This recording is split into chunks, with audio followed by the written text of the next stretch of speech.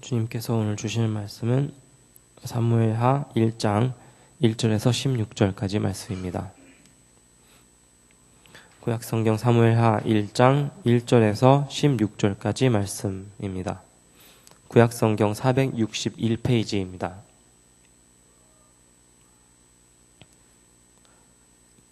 봉독하겠습니다.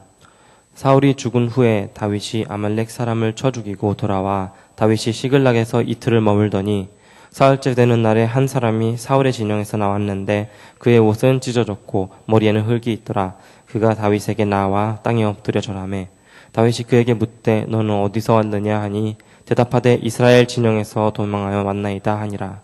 다윗이 그에게 이르되 일이 어떻게 되었느냐 너는 내게 말하라. 그가 대답하되 군사가 전쟁 중에 도망하기로 하였고 무리 가운데 엎드러져 죽은 자도 많았고 사울과 그의 아들 요나단도 죽었나이다 하는지라.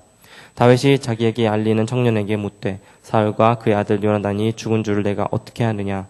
그에게 알리는 청년이 이르되 내가 우연히 길보아 산에 올라가 보니 사울이 자기 창에 기대고 병거와 기병은 그를 급히 따르는데 사울이 뒤로 돌아 나를 보고 부르시기로 내가 대답하되 내가 여기 있나이다 한즉 내게 이르되 너는 누구냐 하시기로 내가 그에게 대답하되 나는 아말렉 사람이니이다 한즉 또 내게 이르시되 내 목숨이 아직 내게 완전히 있으므로 내가 고통 중에 있나니 청하건대 너는 내 곁에 서서 나를 죽이라 하시기로 그가 엎드러진 후에는 살 수 없는 줄 내가 알고 그의 곁에 서서 죽이고 그의 머리에 있는 왕관과 팔에 있는 고리를 벗겨서 내 주께로 가져왔나이다 하니라.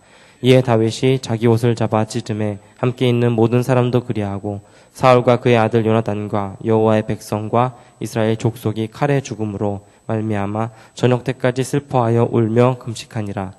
다윗이 그 소식을 전한 청년에게 묻되 너는 어디 사람이냐 대답하되 나는 아말렉 사람 곧 외국인의 아들이니이다 하니 다윗이 그에게 이르되 내가 어찌하여 손을 들어 여호와의 기름 부음 받은 자 죽이기를 두려워하지 아니하였느냐 하고 다윗이 청년 중 한 사람을 불러 이르되 가까이 가서 그를 죽이라 하매 그가 침에 곧 죽으니라. 다윗이 그에게 이르기를 내 피가 내 머리로 돌아갈지어다. 내 입이 내게 대하여 증언하기를 내가 여호와의 기름 부음 받은 자를 죽였노라 함이니라 하였더라. 아멘. 예, 오늘은 사울의 죽음 그리고 요나단의 죽음 가운데서 다윗이 느끼는 그 슬픔과 탄식 이 말씀을 놓고 우리가 같이 말씀을 묵상해 보고자 합니다.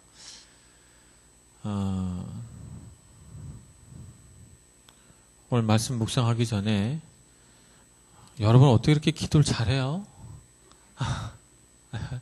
기도를 들으면서 내가 너무 감동을 받고 저는 대학교 다닐 때 학회장도 하고 그랬어요. 그래서 한때 제가 또 소설가를 꿈꾸기도 하고 여러분 아실지 모르겠지만 이오덕이라고 하는 국어학자가 있어요. 제가 그 국어학자를 참 존경하고 제가 설교자로서 글도 쓰고 말도 하고 할 때 저의 어떤 올바른 말과 올바른 글쓰기의 스승으로 그분은 모르시지만 제가 이오덕 선생님을 참 존경하고 그랬어요. 그분은 평생 초등학교 그 교사로 사시다가 돌아가셨죠. 근데 그분이 한 말 중에 참 제가 제 어떤 말과 글에 좌우명으로 삼는 것이 말의 힘은 진실함에서 나온다. 이렇게 그분이 가르치셨어요. 그래서 말을 어렵게 하거나 고급스럽게 하거나 꾸며서 하거나 하지 말고 있는 그대로 자기의 마음과 진심을 담뿍 담아서 진실하게 말할 때 그 말의 힘이 크다. 그게 좋은 글이고 좋은 말이다. 이런 가르침을 베푸셨어요. 그래서 어렵게 쓰고 막 현란한 미사여구를 갖다 붙이고 이런 거 굉장히 싫어하고 그분이 좋아하는 글은 아주 담백하고 깔끔하고 그러면서 군더더기 없이 진실하게 말하고 쓰는 거. 이거 좋아하셨죠. 여러분의 기도가 그래요. 우리 청년들의 기도가. 자, 저는 우리 교회 집사님들이 좀 배워야 되지 않겠나. 청년들을 좀 기도 세미나를 열어가지고 우리 집사님들 초청하고 싶어요. 어쩌면 그렇게 기도를 잘하시는지. 여러분들의 미래가 얼마나 아름다울까 이렇게 생각을 해봅니다. 이렇게 청년 시절에 진심으로 하나님께 기도하고 하나님을 사랑하니 어찌 하나님이 복을 주시지 않겠어요. 예. 참 저는 여러분 나이 때 그렇게 기도하지 못했는데 여러분 참 대단합니다. 자, 어쨌든 오늘 말씀을. 자, 오늘 사울이 죽었다는 소식을 가지고 여기 한 아말렉 청년이, 아말렉 병사가 다윗에게 와서 보고를 합니다. 재미있는 것은 사무엘상 31장 3절에서 6절에 나온 사울의 최후와 오늘 다윗 앞에 와서 사울의 최후를 이야기하는 이 아말렉 청년의 이야기와 다르다는 거죠. 달라요. 사무엘상 31장에 보면 활 쏘는 자가 사울을 따라잡아요. 사울은 이미 패전해서 도망가고 있는데 활 쏘는 자가 막 활을 쏘면서 따라오니까 이 활에 맞아서 활에 관통상을 입어서 사울이 죽게 된 거예요. 그런데 사울의 그 마지막에 있어서 가장 수치스럽고 고통스러운 것은 할례받지 않은 이방 민족이 자기의 목숨을 끊는다는 거. 이거 하나님 앞에 부끄러운 일이다. 이렇게 생각을 했어요. 그래서 자기의 무기 든 자에게 나를 죽여달라. 이렇게 요청을 해요. 이방 민족이 나를 죽이지 못하게. 근데 칼 든 자가 어떻게 왕을 죽입니까? 그래서 망설이고 못하니까 자기가 칼을 빼서 자기 칼을 가슴에 대고 엎드러져서 자살을 하죠. 그래서 그 두려움에 사로잡힌 이 무기든 병사가, 수종드는 그 병사가 자기도 자결을 해서 그 최후를 맞습니다. 이렇게 길보아산에서 사울과 그 세 아들 그리고 이스라엘 백성들이 패전하게 되죠. 이것이 사무엘상 31장에 그려진 기록이에요. 그런데 오늘 병사는 뭐라고 말하냐면 사울이 중상을 입어서 죽어가는데 내가 고통스러우니까 나를 좀 이 고통에서 면하게 해달라. 그러니 네가 나를 좀 죽여다오. 그렇게 해서 사울을 죽이고 사울의 왕관, 뭐 그의 금은 보화 뭐 이런 거를 가져가지고 내가 당신에게 왔습니다. 이렇게 말해요. 자, 여러분 누구 말이 맞을까요? 사무엘상 31장의 보고가 맞을까요? 사무엘하 1장의 이 아말렉 청년의 말이 맞을까요? 예. 거수를 해서 한번 투표를 해보고 싶긴 한데. 자, 우리가 이런 것을, 이 진실을 판별할 때는 진실을 말할 어떤 상황과 어떤 조건이 되느냐 하는 걸 잘 봐야 돼요. 자, 이 아말렉 청년은 지금 왜 다윗에게 와서 사울의 죽음을 얘기하는 거예요? 사울과 다윗이 원수라는 걸 알아요. 온 이스라엘 백성이 알고, 블레셋이 알고, 아말렉이 알고, 모압이 알고, 암몬이 알아요. 다 알아요, 다. 사울이 죽었다는 소식을 다윗이 들으면 좋아할 거라고 다들 생각하는 거죠. 그래서 내가 사울을 죽였고 사울이 확실하게 죽었다라고 하는 것을 이야기해 주면 다윗이 상을 줄 거라고 생각했어요. 사울의 왕관, 사울의 팔찌 뭐 이거 다 가지고 내가 도망가서 그걸로 내가 한몫 단단히 챙겨도 좋겠지만 이걸 다윗에게 알려주면 다윗은 얼마나 더 큰 상을 줄까? 이런 생각을 아말렉 청년이 한 거죠. 실제로 사울을 죽인 건 아니고 그 금은 보화를 훔쳐서 달아날까 생각하다가 지혜를 낸 거죠.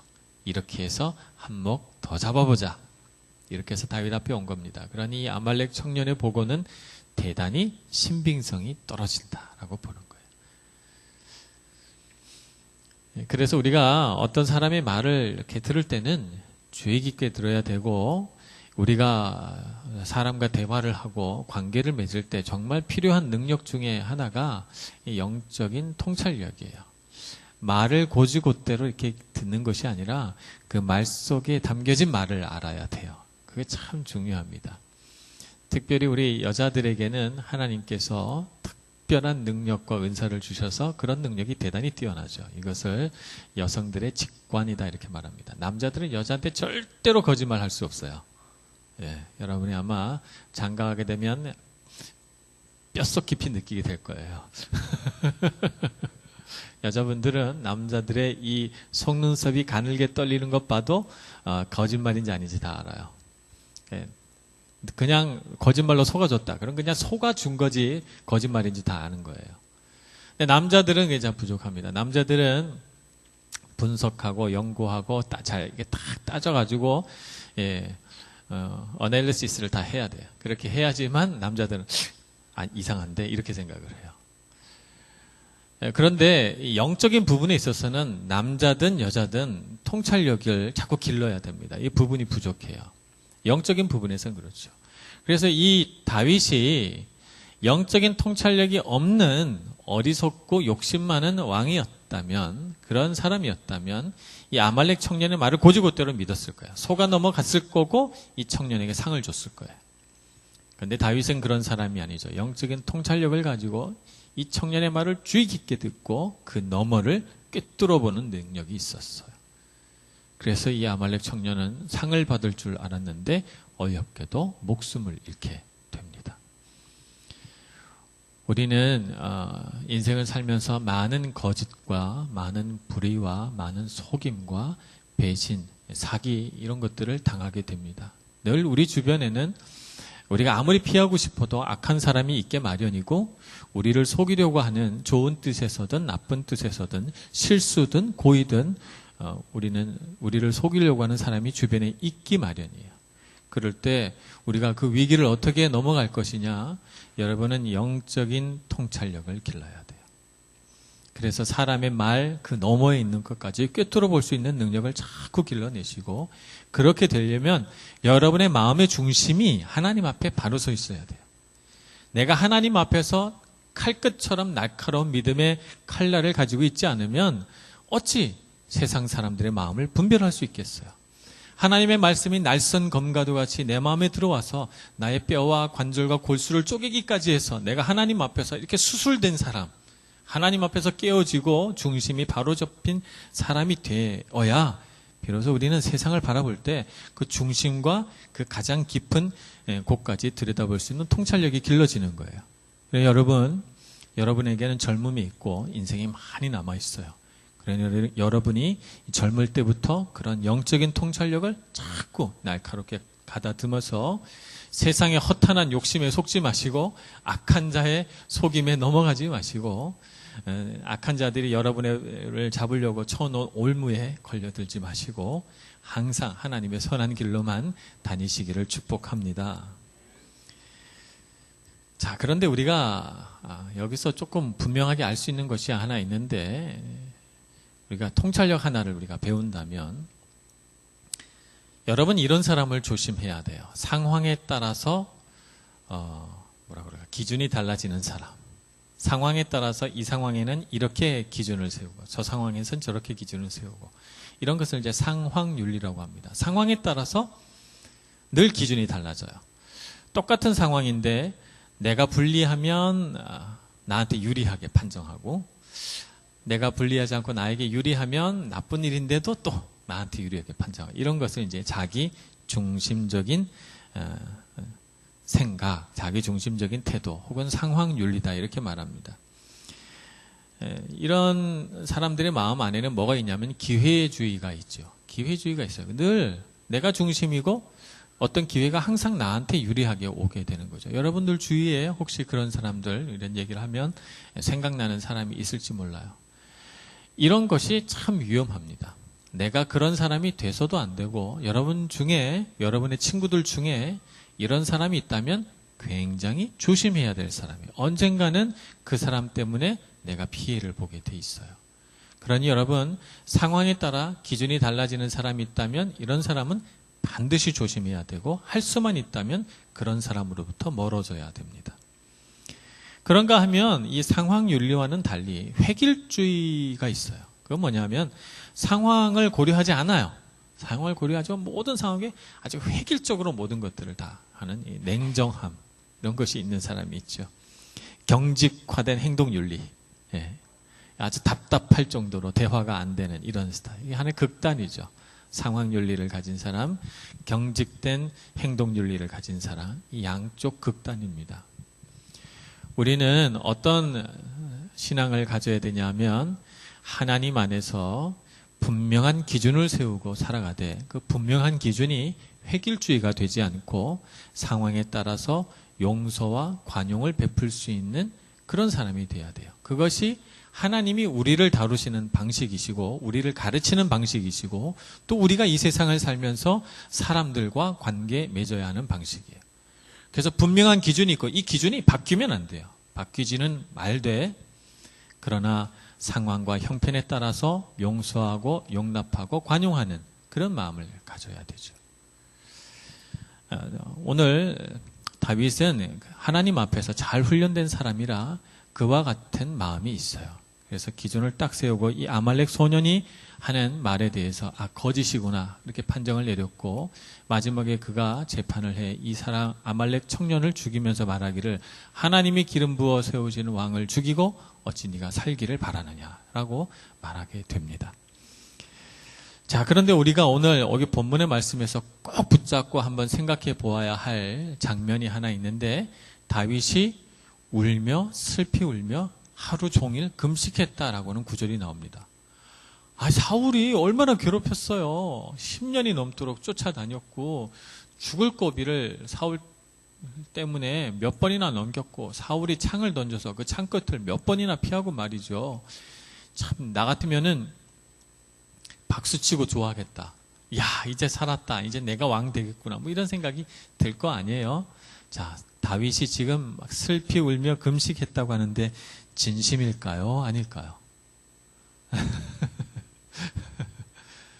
진심일 것 같아요. 그죠? 다윗이니까 진심이겠지. 이런 걸 가지고 연극을 할 정도의 신앙인은 아니니까 진심일 거야. 그런데 왜 이렇게 슬피 울며 금식할 정도로 그가 탄식할까? 도저히 이 감정이 이해가 안 되네. 이런 생각이 들지 않으세요? 성경에 보면 이와 비슷한 장면이 창세기 50장에 한번 또 나옵니다. 창세기 50장에 보면 야곱이 죽었어요. 야곱이 죽고 나니까 야곱의 나머지 아들들, 요셉을 제외한 나머지 아들, 요셉에게는 다 형들이죠. 요셉의 형들이 요셉을 찾아옵니다. 아버지가 내가 죽거든 절대로 요셉은 형들에게 원수 갚지 말라라고 하는 말을 남겼다는 거예요. 그러니 당신은 우리를 용서하시오라고 요셉 앞에 꿇어 엎드려서 이렇게 빕니다. 그랬더니 요셉이 어떻게 하냐면 요셉이 울어요. 저는 그게 또 잘 이해가 안 되더라고요. 여기서 이게 눈물이 나오는 장면인가? 뭐 이런 생각이 드는데 요셉이 울어요. 울면서 내가 오늘 여기 이 땅에 와서 이렇게 된 것은 당신은 나를 죽이려고 악을 행하였으나 그러나 나를 인도하신 분은 하나님이라서 내가 이렇게 모든 형제 자매들을 구원하려고 하나님이 나를 여기로 보내셨다. 내가 어떻게 하나님이 하실 일을 대신하겠느냐. 그러면서 다 용서해버려요. 이게 요셉의 마음이거든요. 요셉은요, 하나님께서 자신을 인도하신다는 걸 알았고, 그래서 하나님은 어떤 사람의 악한 행위도 그것을 가장 아름답고 선한 결과물로 바꾸어낼 능력이 있다는 걸 알았어요. 요셉이 눈물을 흘린 것은 뭐냐면 요셉은 그걸 너무 잘하는데 형들은 아직도 모르는 거죠. 그래서 요셉이 이미 하나님의 그 은혜와 긍휼과 자비 안에서 이미 다 용서했는데 불구하고 형들은 아직도 두려움과 불안에 사로잡혀서 요셉이 자기를 죽일까봐, 자기들을 해할까봐 겁이 나서 용서를 구하러 왔단 말이에요. 얼마나 불쌍해요. 얼마나 불쌍해요. 그래서 눈물이 나는 거예요. 하나님의 사람은 구체적이고 뚜렷하게 무슨 복을 받지 않아도 이미 하나님의 복이 그의 영과 삶 안에 다 내재되어 있어요. 그런 사람은 다른 사람을 볼 때 어떻게 보냐면 불쌍하게 여겨요. 불쌍하다. 하나님을 얼마나 잘 믿는다는 것이 얼마나 좋은 일인데 저렇게 힘들고 불쌍하게 살까 이렇게 생각합니다. 세상에서 재산을 얼마나 가졌느냐 그것과 상관없이, 세상에서 얼마나 높은 지위를 누리느냐 그런 것과 상관없이, 하나님의 집은 어린아이처럼 아이들을 위한 집이죠. 그런 것과 상관없이 사람에 대한 불쌍히 여기는 마음이 있어요. 다윗의 마음이 그렇다고 봅니다. 다윗의 마음은 사울이 끝까지 하나님 앞에 회개하지 못하고 비참하게 전쟁터에서 희생됐다는 것, 자기의 아주 소중한 친구, 믿음의 동력자였던 요나단이 그만 전쟁터에서 목숨을 잃었다는 것, 이 모든 사실이 참으로 안타깝고 그 영혼이 불쌍하고 너무너무 분해서 눈물이 나는 거고, 그 자신이 비탄에 빠져서 금식하며 그 애도할 수밖에 없는 이런 상황이라고 생각한 거예요. 그래서 막 눈물이 나고 금식하게 된 것이죠. 이것이 다윗의 마음이고 이것이 하나님 아버지의 마음입니다. 우리는 세상 사람들을 볼 때 그런 마음이 있어야 돼요. 그래서 우리가 사람과 관계할 때 여러분 주변에 어떤 친구가 제일 좋은 친구냐 하면 막 이렇게 잘 사는 집에 막 공부 잘하고 막 노래 잘하고 그래서 막 앞으로 잘 나갈 것 같은 사람이 절대 좋은 친구가 아니에요.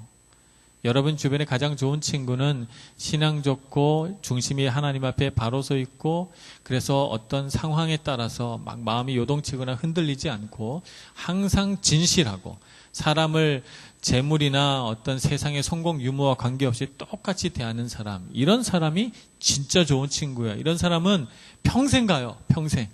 여러분의 평생을 좋은 친구가 되줘요. 그리고 그 친구로 인해서 여러분들이 많은 유익을 누리게 될 거예요.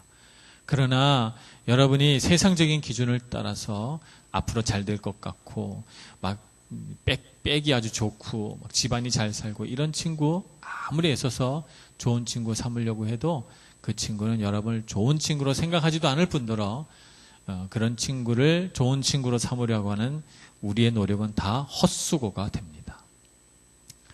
제가 왜 이런 얘기를 하냐면 저도 20대 때 그래 봤거든요. 서울에 올라오니까 왜 이렇게 잘난 친구들이 많은지. 난 시골에서 그냥 봄이 되면 쑥이나 캐고 냉이나 뽑고 이러다가 서울 올라와가지고 막 보니까 뭐 집이 막 너무너무 막 방배동에 갔는데 막 수영장이 있어 집에. 뒷뜰에는 막 폭포수가 있고 막 너무 기가 죽어가지고 저런 사람을 내 친구로 삼으면 얼마나 좋을까. 가서 막 노력도 해봤어요. 저는 나름대로. 제가 내성적이긴 하지만 쳐다보지도 않아요 저를. 모든 노력이 헛수고가 되고 더 제가 비참해지더라고요. 그런 게 아니구나 이렇게 생각했어요. 저는 참 좋은 친구들을 다 교회에서 얻었죠. 교회에서 얻었고 또 제 아내를 소개시켜준 친구도 제 교회 후배가 2년 후배가 소개시켜주고 다 교회 안에서 저는 세상 일이 다 풀렸어요. 여러분도 그렇게 될 줄로 믿습니다. 좋은 믿음의 동력자들을 얻으시고 여러분의 믿음의 동력관계가 평생을 가시고 그래서 여러분의 좋은 친구들이 교회 안에서 자꾸 발견되고 그래서 세월이 지날수록 더 보석같이 빛나는 친구들이 다 되시기를 바랍니다. 우리 안에 용서라고 하는 것이 있어야 돼요. 세상을 살면 꼭 누군가를 용서해야 될 일이 있습니다. 용서라고 하는 것에 대해서 우리가 잘 모르고 용서에 대해서 잘못 알기 때문에 굉장히 우리 마음속에 죄책감이나 또 분노 이런 것들을 잘못 다루는 경우들이 있어요. 그래서 우리가 용서에 대해서 좀 바로 아는 것이 필요하다. 용서는 잊어버리는 것이 아니다라는 걸 알아야 돼요.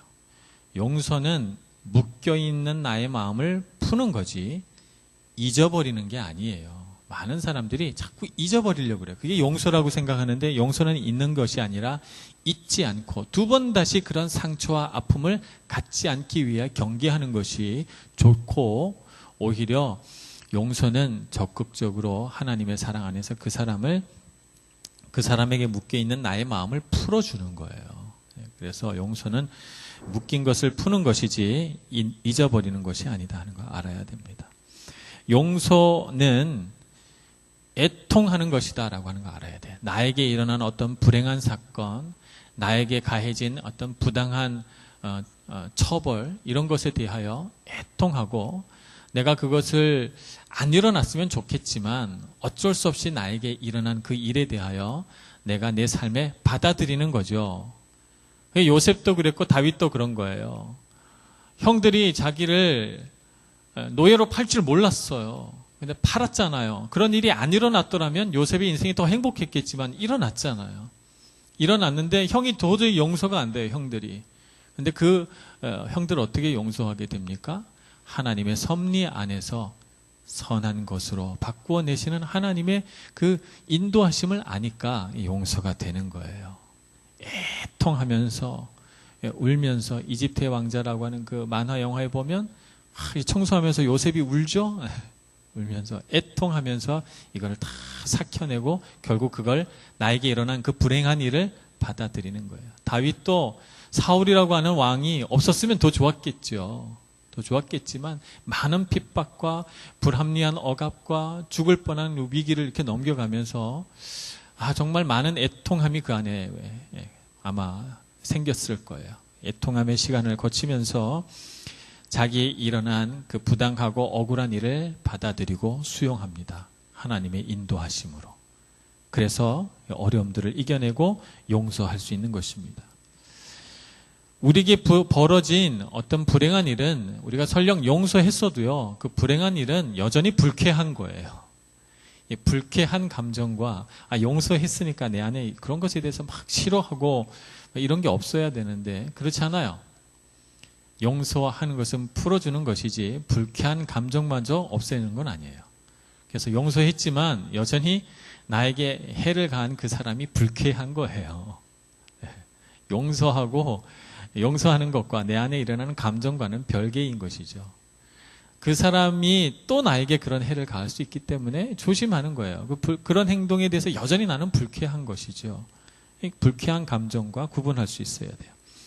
용서는 시간이 걸려요. 그러니까 주변에서 빨리 용서해라 이렇게 간섭할 필요가 없어요. 용서에는 시간이 걸립니다.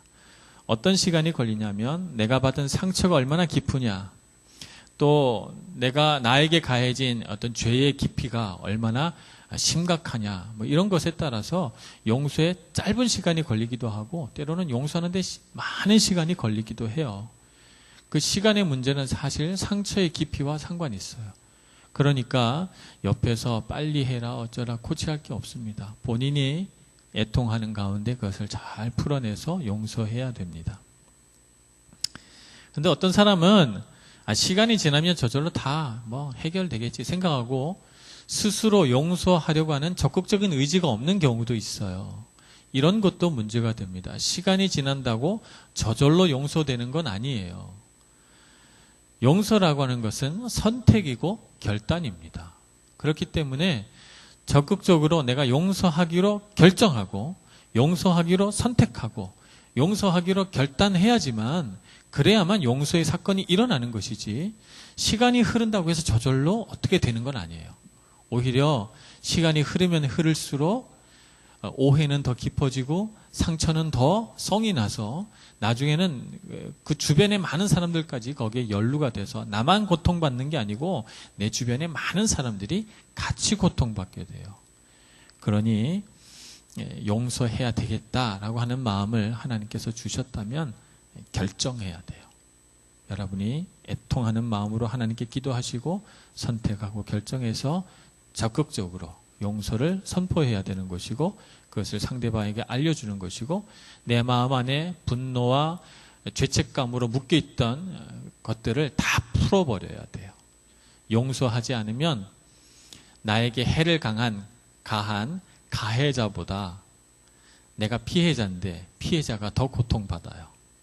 용서함으로써 내가 피해자로서 받아야 할 그 많은 악독한 것들이 가해자에게로 다시 돌아갑니다. 용서는 그렇게 하는 거예요. 그래서 용서는 나에게 해를 끼친 그 가해자를 위해서 용서하는 게 아니고 나를 위해서 용서하는 거예요. 나를 위해서. 내가 자유로워지고 내가 건강해지고 내가 편안해지기 위하여 용서하는 거예요. 그러니 용서하지 않고 분노의 마음을 가지고 언젠가는 내가 제대로 한 방 먹여주리라 이렇게 마음을 먹는 건 결국 자기가 자기를 상하게 하는 거예요. 그러니 여러분 인생을 살면서 분하고 억울하고 속상한 일이 있거든 여러분 마음속에 그 모든 분노와 억울함과 죄책감을 이렇게 풀어내시고 용서하시고 여러분은 자유하고 평안하고 기쁜 삶을 살아가셔서 여러분의 삶에 요셉과 같은 그런 일들이 일어나기를 다윗과 같은 그런 일들이 일어나기를 간절히 축원합니다. 기도하겠습니다. 은혜가 많으신 하나님 아버지 주님의 은총과 사랑을 감사합니다. 부족한 저희들 한 사람 한 사람을 사랑해 주셔서 온갖 세상 풍파와 어려움 속에서도 주님의 자녀됨을 잃지 않게 해주시고 우리를 자녀로 부르신 하나님의 뜻을 따라 용서하는 삶을 살게 해주시니 감사합니다. 세상 가운데 하나님의 뜻을 따라 불쌍히 여기고 용서하고 용납하고 관용을 베푸는 저희들 되게 해주셔서 세상을 참으로 치유하고 회복하는 주의 청년들 다 되게 하여 주옵소서. 예수님의 이름으로 기도합니다. 아멘.